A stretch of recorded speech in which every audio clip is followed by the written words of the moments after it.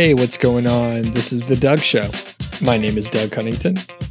In this episode, I'm going to be interviewing Zoey Paulson. She is a YouTuber and digital nomad who lives in Rome, Italy.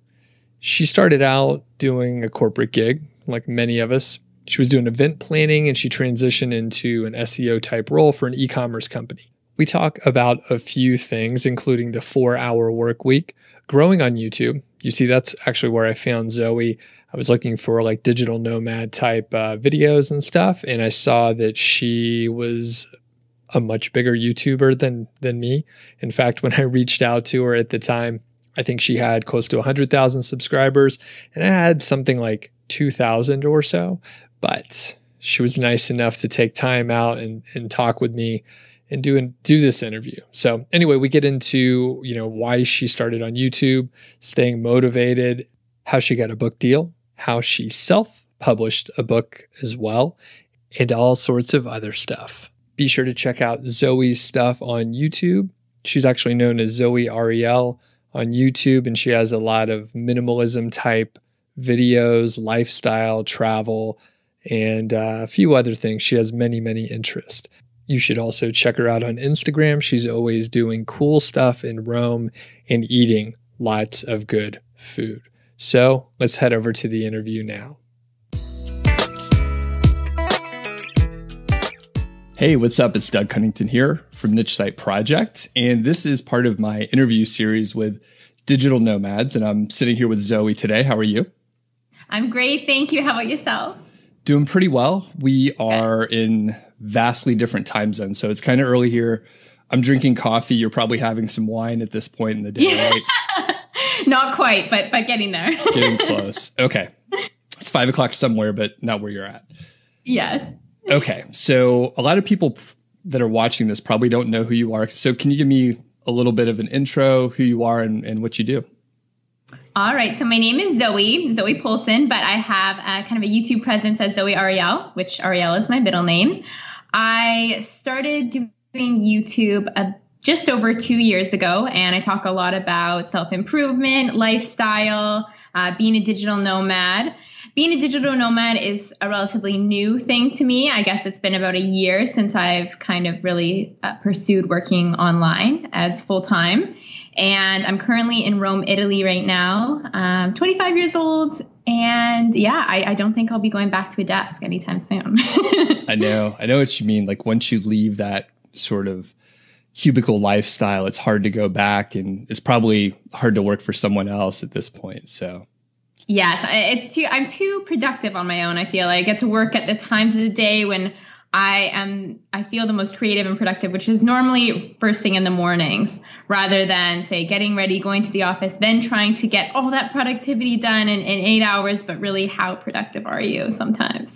Yes, I totally feel you on that. And you had a corporate job for a little while. What'd you do in that position? So I was in digital marketing. I began doing, I guess, like event marketing. So event marketing for professional development, self-development, inspirational, motivational speaking conferences. And that was really great. I got to meet a lot of really cool people, like Gary Vaynerchuk even. So that was amazing experience. Yeah. So I learned a lot through that job, but also through all the people that I was working with.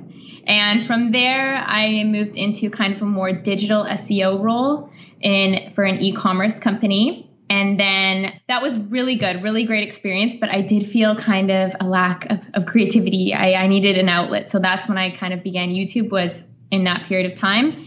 And then that brought me to working at a marketing agency downtown Toronto, which was really great learning experience as well. I had the opportunity to work with multiple clients at once, which really was kind of, I guess, the final step before working freelance for a few clients on my own. Right. And you said you've been in Rome for like about 2 years. Is that right? I've been in Rome for a year, just over a year now. Yes. Did you know anyone before you went over? No. I did. Honestly, I had visited Rome once before, 5 years before that. I was supposed to spend 3 days in Rome. I ended up spending 2 weeks because I loved the city so much. So I completely changed around my traveling schedule. I was backpacking solo. And when I left Rome after those like 2 weeks in total, I said, one day I'm going to come back here and I'm going to move here. So I kind of told myself I'm not going to come back unless I'm actually moving. Wow. And yeah, I kind of, enough was enough in the corporate world for me. I always had, the Tim Ferriss 4-hour work week dream in mind. And then I just pushed myself. Yeah. Gotcha. Well, it does sound scary to go to not just a new city, but like a whole different country, a different continent. And do you speak Italian? Or did I'm you? learning. I'd say that I'm Italian. I mean, I do have basic French, being Canadian. It's our second language.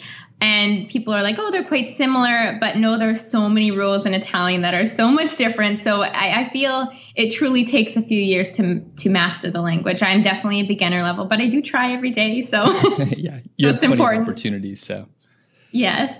So going deeper into the digital nomad sort of lifestyle, is there anything that really surprised you once you started doing it full time? Everybody talks about the leap being the scariest point, is putting yourself out of your comfort zone.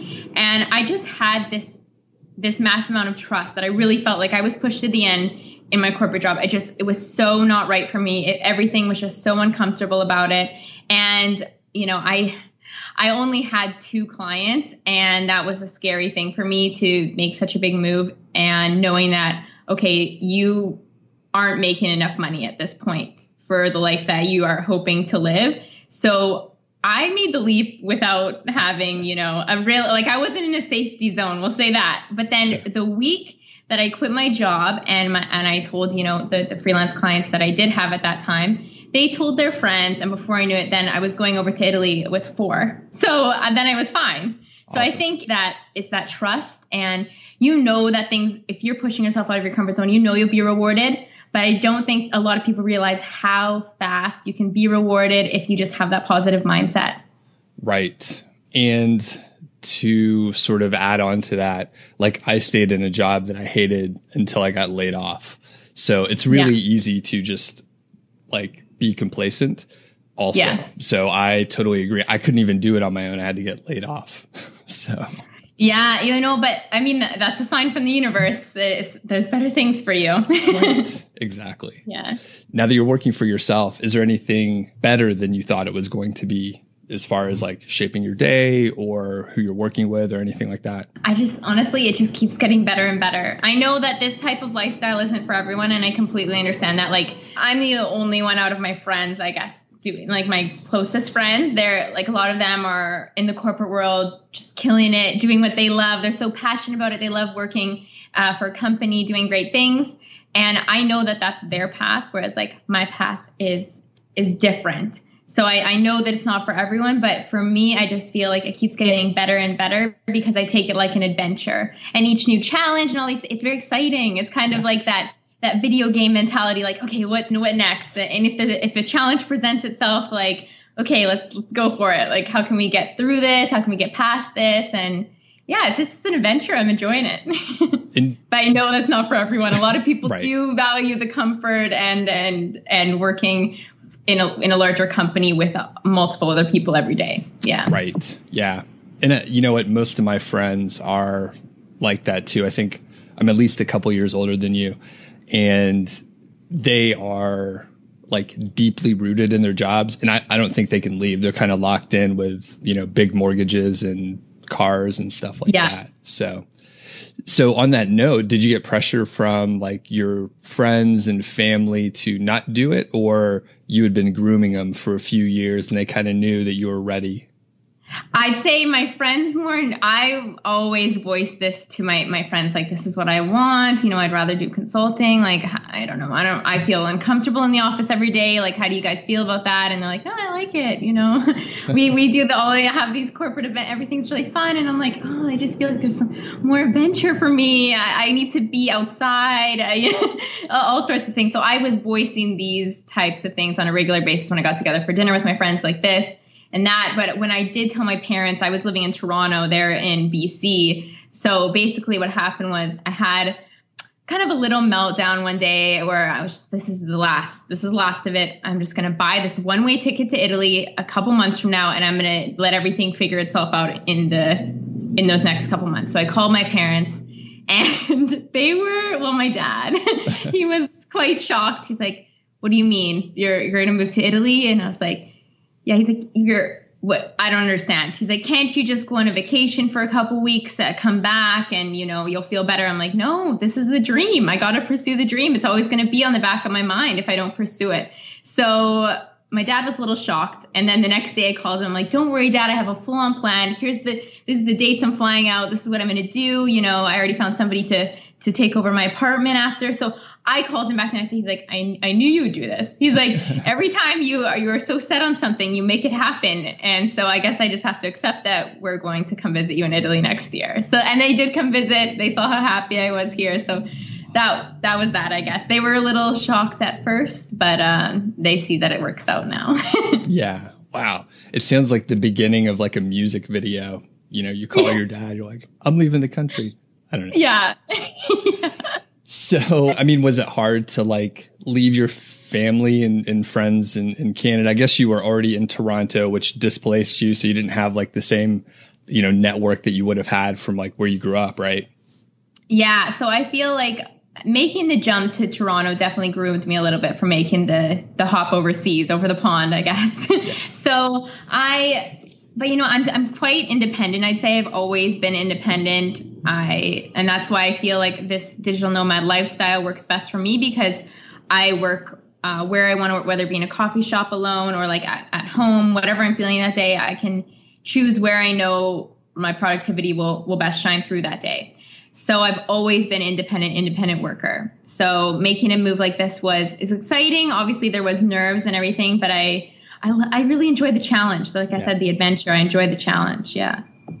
Very cool. Well, and you mentioned productivity. Now, people that have a corporate job, they have like a manager and probably some metrics that they're aiming towards, and honestly, they probably have like 3 or 4 bosses. I had like 3 or 4 bosses. You probably had 3 or 4. So how do you stay organized? How do you stay like on task with, so, you and I talked a little bit before we started. I know you have like 4 clients ish, and you have your YouTube channel, and you have you're an author too, like a real published author. We'll talk about that later. So how do you keep those multiple like things straight, where all of them are obviously very important? I've definitely learned a lot through the past year, but I'd say honestly, having a planner, and I've tried doing the digital planners, different apps like WeekCal on my phone and things like that. But honestly, just having a planner laid out in front of me every day of the week, and with a little calendar of the entire month where I can cross things off, I can write down what I'm hoping to accomplish that day. And honestly, my written planner it's the best. I've tried the apps, like I said, but I guess I'm old school. Yes, I guess I'm old school in that way, but I love to write things down. I love to make lists, and every day I make myself a priority list, like what has to be done today. And once you get all those have to be done, and oftentimes I find that I surprise myself. Like yesterday, for example, I had this massive list of things to do. I conquered that list, and I was already on to more things because I just rode that productivity wave. It's very fulfilling when you can cross everything off the list. It really is. Yeah. Visually. Do you ever go back and add something that you've already done so you could cross it off? I've done. Guilty. Yeah. I'm like, whoa, Guilty. I got so much done. I know, because sometimes you do things and you're like, that wasn't even on my list. I had forgotten about it, or that really needed to get done. So I'll go back to visit my planner and be like, okay, well, we did this already today. Crossing it off. That's pretty funny. When you're working with your clients, do you have to do do they force you to use any tools of productivity or planning, or do they allow you to be pretty independent too? We definitely share documents and things. So I use a lot of Google Drive, whether this be Excel sheets to manage content and manage like priority lists. Or for example, with my publisher, I'll share the Word documents over Google Drive of what I'm working on and ask them for their feedback along the way, things like that. So definitely a lot of Google Drive, because I do use Gmail. Okay. But nothing over that. I guess you had mentioned you use Calendly. Yep. Is that, yes. Yep. Yeah. So I'm going to look into that, I think, because I like the way that it works setting up the calls. Yeah. And for the people that don't know, Calendly is just like a way for me to send a link and someone can book hours on my calendar in the areas that I like open up that window. So most people can't book a 6 a.m. call with me, but Zoey, she can, because I sent her the right link. But yeah, it's a great tool. They have a free version, so you could like do a test drive of it. Yeah, I think I'm going to try it out. That would be my first leap into really trying an app. Yeah. Like I said, and like it just fills in your calendar, and if they update it, it changes it or whatever. So it's very cool. Cool. So as far as like focus, and the reason why I'm bringing this up is, you know, for me, I also have multiple areas that I need to, you know, put time into. All of them are really important, but you can only focus on so many things at one time. So when you really have to lock down, say when you have a publishing deadline, for example, like, yes, how do you focus? Espressos. Yeah. No. Really though, I like to have it laid out, like I said, in front of me on a planner. And I'll say, today, this needs to be done. That needs to be done. This, and I make goals for myself, like little incremental goals. So let's just say I'm writing a book and it's going to be a novel and it's going to have chapters. So I'll be like, okay, you know, by Thursday, you need to have chapter 1 complete. And if you don't have, I always bend these rules a little bit. Like if chapter 1's not complete, it's going to be 75% done. And you're going to have 25% done of chapter 2. So I just set these goals like in my planner. And normally what I'll do is on Sunday or Monday morning, I'll write what needs to be done that week and what would be amazing if I got it done as well. So what the have to get done is the priorities, and then how amazing would it feel if I got XYZ done as well. And then that's kind of a motivation for me as I go through the week, because when you can get to the week knowing, or get to the end of the week knowing that, okay, I did everything I had to do, and look at all the other things that I did on top of that, like I feel great. And then you go into the next week and set new goals and you just kind of feel like you're conquering. That's awesome.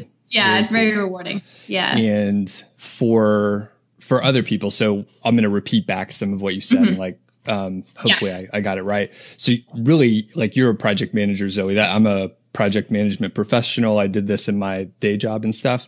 And so at the beginning of the week, you're like, hey, this is what we want to accomplish. Here's what we have to accomplish.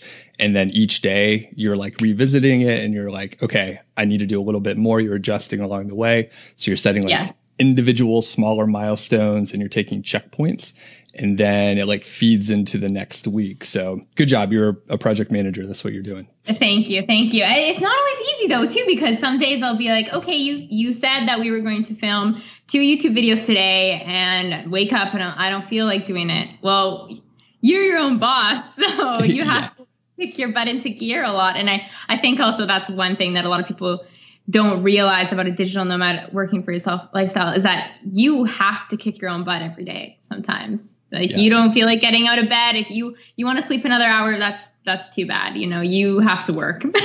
That's right. That is right. And that actually, you're great. You're leading me right down the path that I want to go to. So motivation. And we'll kind of talk about this in relation to your YouTube channel. So I did a little research and it looks like you provide a lot of information. I'll put a link for people to see this, but your YouTube growth is in your about section on your YouTube channel. And you have a lot of viewers and subscribers and views in general. And it looks like you have a video that's probably going to hit 1 million views at some point, which is crazy, right? And then you started your channel in August of 2015 and you didn't hit, I'm not sure if you know this, you didn't hit 1,000 subscribers for like 10 months. Yeah. At that point, you had published over 100 videos. So you did like 100 videos before anyone was really watching, right? Yes. So how did you stay motivated on that? Because 100 videos is a lot. Like, you know it, and I know it, but a lot of other people may think, you know, you do one every 3 days. Who cares? So how'd you do it? Yeah.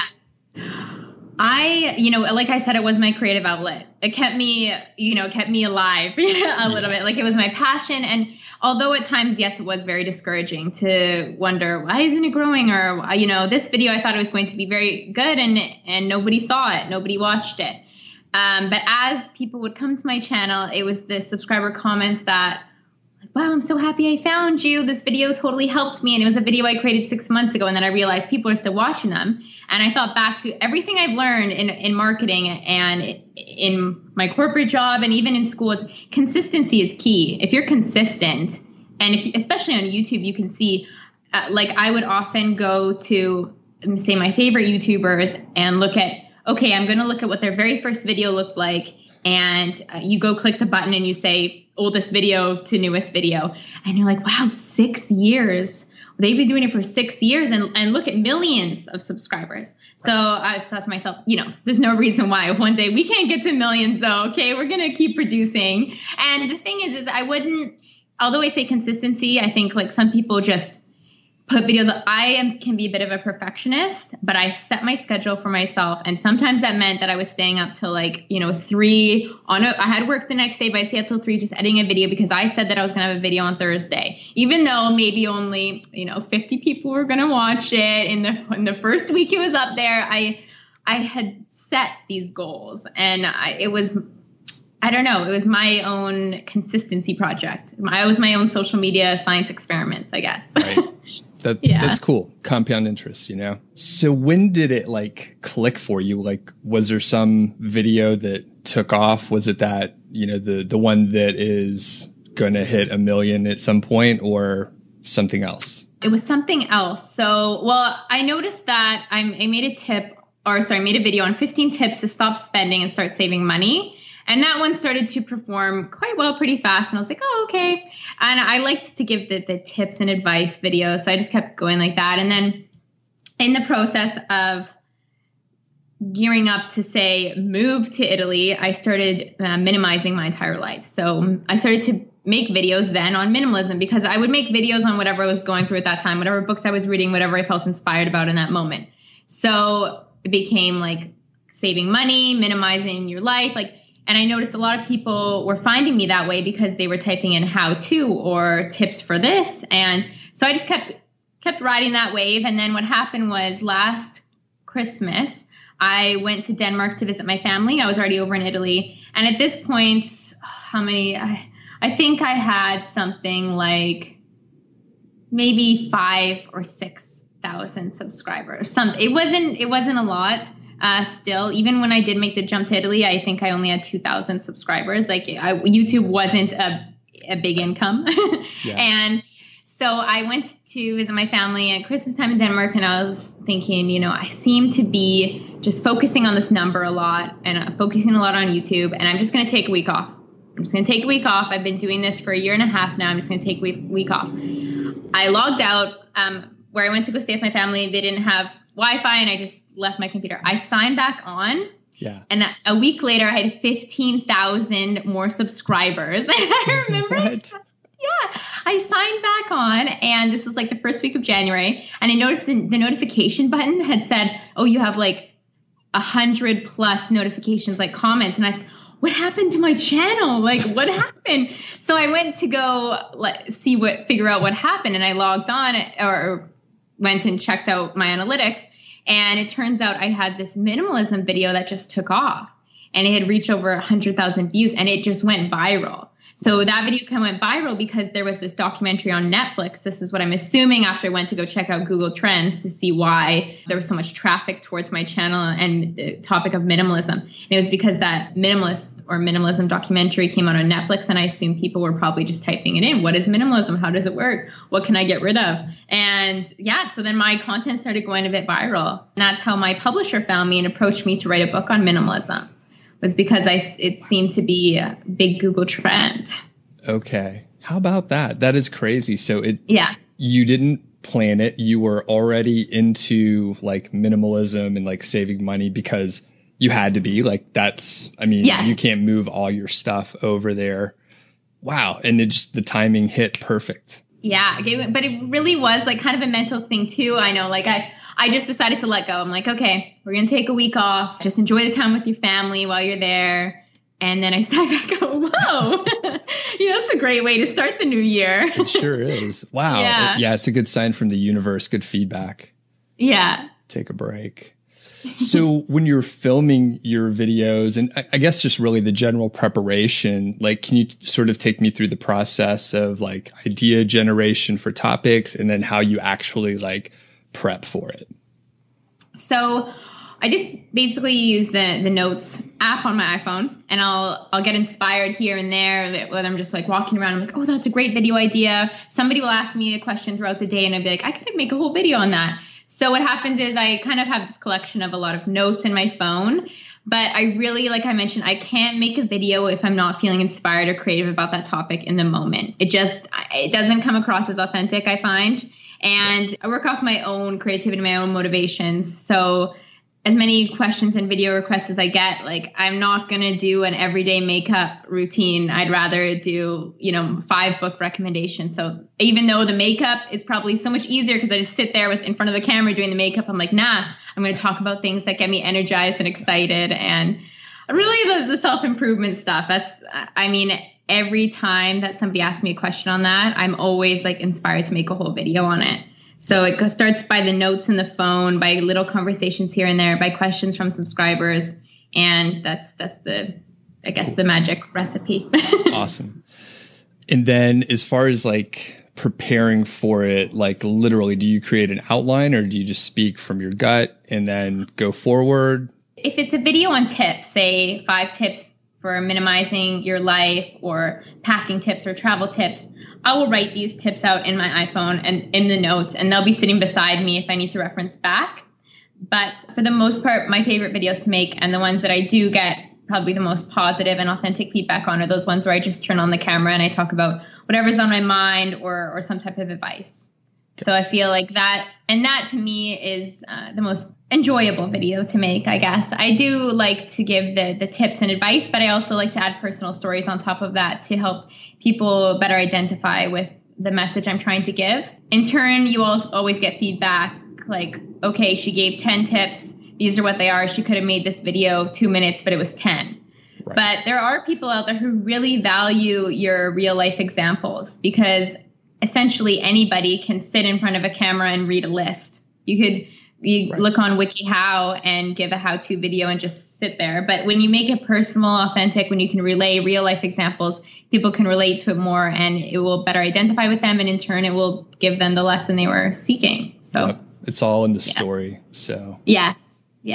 Very cool. And you're vulnerable in your videos, right? You tell a lot of your personal life. Like, was it hard to make that leap or did you always have that kind of personality?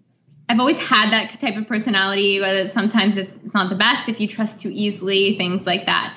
But I think that, my audience are just so amazing. My subscribers who have been following me for so long, they're so engaging. And I do feel like I have built this community and that we're friends. They update me here and there on their lives in the comments and I remember them and I'll make videos like just for them if they ask me a question on, how do I say no at work or how do I get over this situation? And I'll try to make a video in response to them because I have built these relationships with them. So that's what makes it easier. Obviously being out on the internet, say if there's a video and I'm crying or something, I know everyone's going to see that. And, but it's my life. And I feel like my subscribers they can really connect with me and I want to, help them the best I can, whether that does mean being vulnerable. It's just being authentic. So, yeah. It's really impressive because I know, for me, it took me a little while to like start revealing more. But as soon as I did and started telling like more stories, like people appreciate it because they can, of course, relate. It's not all, just traveling around and like eating out all the time and like fun stuff. There's a lot of work to be done. So exactly. And we all go through, highs and lows. And I find that if you can share, it's fun to share the highs, obviously, if it's a traveling or going out for a nice meal. But when you can also share the lows, then people are like, wow, I can really relate to her and I can really relate to him. And this is why I'm going to keep watching them because I know that they're real. They haven't kind of portrayed just this huge unattainable lifestyle, which I think like that's what has turned me off of YouTubers in the past too. Like I don't continue to watch them if I don't feel there's like an authenticity or I don't feel like there's any possible, like because YouTubers, you kind of feel like you build a friendship with them in some ways because you've watched them grow, you've watched them go through different phases in their lives. But if they're only sharing the highlight reel, it's kind of like, is this real? Like, or am I just kind of watching a sponsored video? Right. Yep. Yeah. And it's so clear to see it too, because everyone has the lows. So it's not all easy. All right. Yes. I want to switch gears to some rapid fire questions. So cool. Right. Morning routines. Do you have anything specific that you do? Yes. Normally I'm pretty good at waking up with my internal alarm clock, normally around 6:30, but always I will go get the natural light in. So I'm really lucky right now. I have big windows in my room. So I will just go open the curtains. Maybe it's not necessarily like full blown sunlight yet, and it won't be very soon, but just open up the curtains because that kind of signifies to me it's a new day. We're getting started. And I will journal and I also meditate. Sometimes I'll meditate before I journal, and sometimes if I want to meditate on something specifically, I'll write in my journal what I'm hoping to get out of the meditation. But my journaling practice is a lot of like every day in the morning, first thing, I'll always pick out at least 5 things that I'm grateful for and spend the time to write them out and actually think about them. And, sometimes this list is a lot longer than others or other times. And I also write about what I hope to accomplish that day or about anything that I just feel like I need to get out, or if a dream that I had or something. I just journal. And then I'll meditate. And meditation is anywhere from 5 minutes to, say, 25 minutes. Okay. And then I get started with my day. Go drink a lot of water, probably drink about 1 liter of water before I have breakfast. Normally I have a grapefruit and an espresso, and then I go to the gym. And then I come back and finish work. While this is all going on, the espresso, the grapefruit, the coffee, I've already started working, already started with emails, planning for the rest of the day. I'll normally go to the gym. I'll come back, shower, whatnot, and then just get into my full productivity mode. Gotcha. In your ideal day, how many hours would you work in your ideal day? Sometimes I feel like I'm always working, but I love what I do, so it's okay. Yeah. Ideal day, what I do, my clients always come first. So I always feel really good when I get all of their work done for the day. And then I have the whole day for me to be creative, whether it be filming videos, editing videos, because once I've served my clients, essentially, it's my time. And that's what gets me excited. And for example, yesterday, I finished my client work in the morning. We had a brief call and I was already in the videos, and I think I was editing videos until 10, 11 p.m. last night because I just get in the zone and I'm just enjoying it. So, some days I'm working 12 hours. Some days I might work 4, but I love it. So, and there's always more that you can do for your own personal brand. So if you're a self-starter, you're a go-getter, you're always enjoying what you're doing and you just always kind of want to work. I know what you mean. So how do you limit yourself? How do you turn off, when you visited your family in Denmark? You said Denmark, right? Yeah. So how did you have the discipline to shut it off? It's not always easy. Sometimes it's getting, say, a message from a friend and they said, oh, do you want to grab dinner tonight? And I'm like, oh, I already in my mind, I had already planned on editing this entire video, having it done. But then I'm like, is the video priority? Does the video 150% need to be done tonight, or can you go out for dinner with your friend? And sometimes it's just those moments of realizing that, no, I should have a social interaction today instead of just working. And so, but then always after I decide to take the invitation when I don't have pressing work, I always leave being so happy that I did that, because the conversations you have, especially when you're on that productivity flow and you can meet with somebody and you can talk about it, bounce ideas off of each other. It's great. I think just sometimes it's learning to separate that. You do need to have a social life. If you are working for yourself by yourself all the time, it is very important. Take the invitations when they come if you can. Yes. You know what? I think you just convinced me to go get some beers tonight with a couple friends. Yes. So. I know this is the thing too, is it sounds so fun and sometimes in your mind you're like, but what about the hustlers? Like Gary Vee, does Gary Vee grab beers with his friends? Yeah. And you have this idea in your mind, but you're going to go out with your friends and who knows what conversations they're going to bring up. They're going to give you an idea for a video. They're going to give you that inspiration for the whole next day. So you just never know. So just take that time for yourself. Everybody's got to eat. Everybody's got to, have a drink now and then. So you might as well do it with people who are your friends and who you'll have good conversation with. Yes. Yes. When you think of the word successful, who do you think of? Tim Ferriss. Why? Because he wrote a book that completely changed my life. And I mean, I'm sure like this one, right? Yeah. Sorry. Yes. The 4-Hour Work Week. That's the one. So the reason why I think of him as successful is because, I mean, he puts himself into those situations where he is a human guinea pig, and he always tries to be a better him every single day and master. He tries to be a master, you know, and figure out like what makes people tick. He does his podcast. He has the Tim Ferriss show. He writes books. And to me, like, that's somebody who they set their mind to something and they get it done. And that's my idea of success, I guess. Yeah. Nice. I like him too. Yeah. Who's someone that you've learned from or maybe followed pretty closely in the last year or so? So that would be Mimi and Alex Icon. So they're YouTubers. They're also entrepreneurs. And Mimi is an author as well. And they're the creators of the 5-Minute Journal, which is a tool that I use. Yes.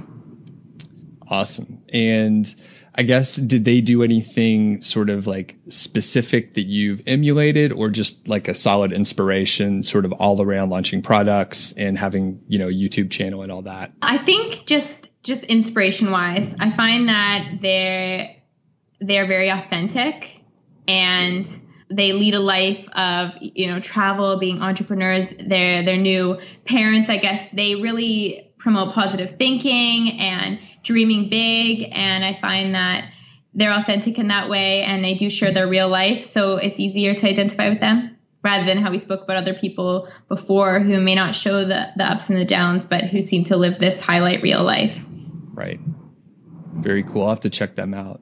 I am familiar with the 5-Minute Journal. So, okay. So I want to shift gears a little bit to your book. So I know you just had a book, like, I guess, launch in the last couple of days at the time that we were recording, but you also self-published a book before that. So can you just kind of tell me about your sort of journey as an author? Yes. Okay. So in November of last year, so almost a year ago, I decided, okay, I'm going to write my own book and I'm going to self-publish it. It was just a goal. It was just an idea that came to my mind. And it was a very therapeutic experience to write about my journey, which was basically the past year of my life, September to September. It was all about kind of getting out of depression, I guess, and really pursuing my dream of Italy, making that digital nomad leap, like just taking chances. So that book is essentially basically like a journal of my life for the year. And so I decided I'm going to write this book and I'm going to self-publish it. But like I said, in January, but before I was actually finished writing my personal storybook, the publisher reached out to me in regards to a new minimalism book and a publishing contract. And I had mentioned, I am writing a book, but I want to self-publish it. And they said, well, we'll publish it for you. And I said, no, like, this is my project. This is my baby. I want to self-publish something so I know how it's done. And so that way I can, potentially help clients in the future if they want to publish an ebook. I just wanted to do everything myself. So I did that. And then I signed the contract with the publisher. And in that process, I had begun writing this first book, the Positivity Handbook, which is now out, and also the Minimalism book, which I just finished up. A couple minor edits yesterday, but other than that, the final manuscript is done for that one, and that one's going to come out in January. Cool. So it's been a process, but like I said, I chose to self-publish beforehand, even though I had the opportunity not to, just to learn. And I think that self-publishing is amazing and a lot easier than people think. So if anyone out there wants to write a book, just do it. Right. Yeah. Well, and I like you sort of glossed over you turned down a deal for a little, like you said, no, I'm going to do it myself. And then when you were finished, then you went back to the publisher. That's cool.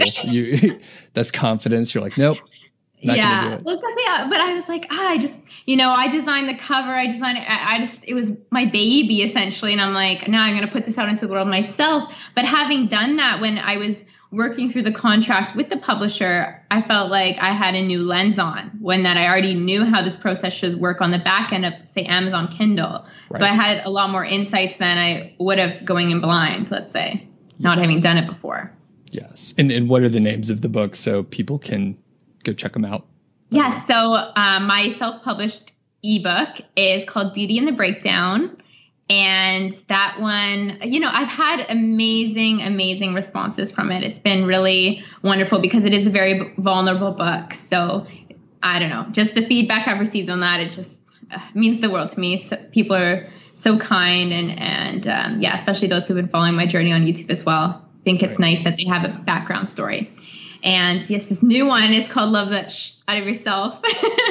So it's the positivity handbook that I wrote with the publisher presented me. They're like, okay, we want the minimalism book, but you're all about positivity. So can you make us a positivity handbook? If somebody were to just want to start living a positive life today, what would it be? Go.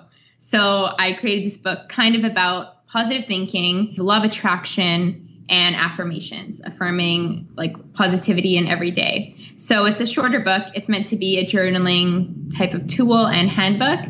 But yeah, I'm very happy with how that one turned out as well. If you can see the cover, it's really cute, and it's kind of like fun and girly, but it's also like if you're walking by a bookstore and be like, sorry, what's the cover of that? What does that say?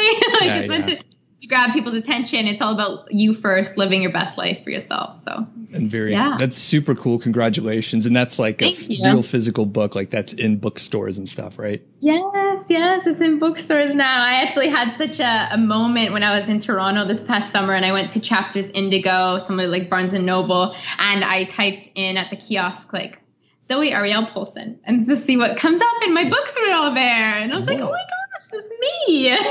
That is awesome. So yeah, that was a moment, because I feel like all these things had happened while I was in Italy. I was just like happily writing away, doing all these things, and then when I got back to Canada, I'm like, oh, wow, it's real over here too. This is a reality. It was just a crazy moment, I guess. Very awesome. Very cool. So we're coming towards the end. I'm just curious if you have any like specific goals for the upcoming year. So it sounds like you finished the manuscript for the minimalism book, and then so what's next for next year? For next year, well, the minimalism book is being published in January. My goals, I want that book to be a New York Times bestseller. I really do. I feel like it could help a lot of people. I feel like it could change a lot of people's lives. And I feel like it's a different take on minimalism than what people think. Some people seem to think minimalism is only living out of a backpack or a suitcase. But I've written this book as like kind of a self-improvement way of only bringing things into your life which create value and joy. So I really want to see that book do well. Like my goal in life, I guess, one of my big goals is to be a New York Times bestselling author. Whether that one is a bestseller or not, I want to see it do significantly well. And after that, my goal is to figure out how to live in Italy legally forever. That's a fun little goal. There's travel goals. There's obviously YouTube goals, like numbers wise and things like that. But I'd say I just keep wanting to work on creating my own content, whether that be through YouTube or writing, because it's what I'm passionate about. And I just feel like I just want to create this consistent build. Yeah. Awesome. That is a big goal. That is, I'll do what I can to help. So thanks. The last question is, where can people find you? Where would you like them to, check out your stuff? Definitely YouTube. YouTube's my biggest platform. So you can find me at Zoey Arielle. And also, I love Instagram because I love to take photos, especially of those in Italy. So Instagram is Zoey Arielle as well. On Facebook is Zoey Arielle. But I'd say definitely YouTube is my most engaging platform, where I have the opportunity to respond to comments all the time. And you can really get to know me, I guess, through my hundreds of videos. Definitely. All right. Well, thanks a lot for joining us today. And hopefully we'll talk soon. Thank you so much for having me. It was great chatting with you, Doug.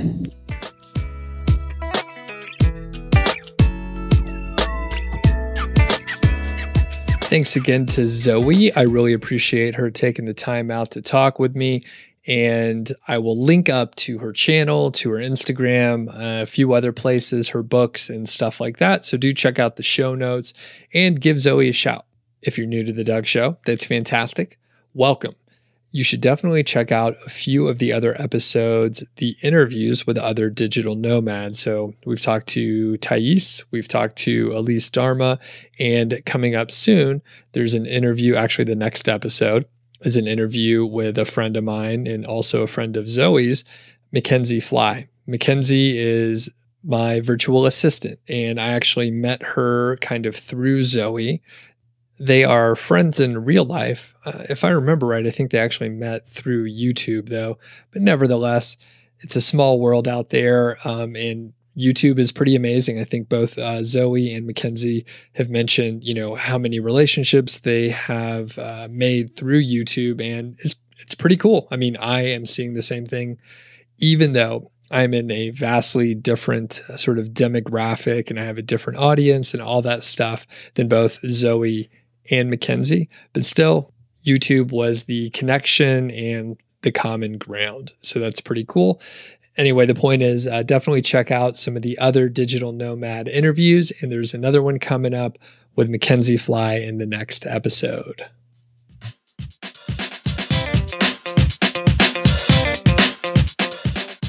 Thank you for checking out this episode of The Doug Show.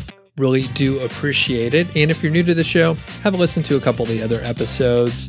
And if you like it, please subscribe. That would be fantastic. I really like it when you subscribe. And if you have a few minutes and you indeed like the show, you should leave a review and a rating on iTunes or wherever you listen to podcasts. It helps other people find it. And especially on iTunes, I hear the word on the street is that's really good. It helps other people find the show a little bit easier because it ranks higher and it's recommended and all that good stuff. So if you do have a second, it would be awesome. Have a great day, and we'll catch you on the next episode.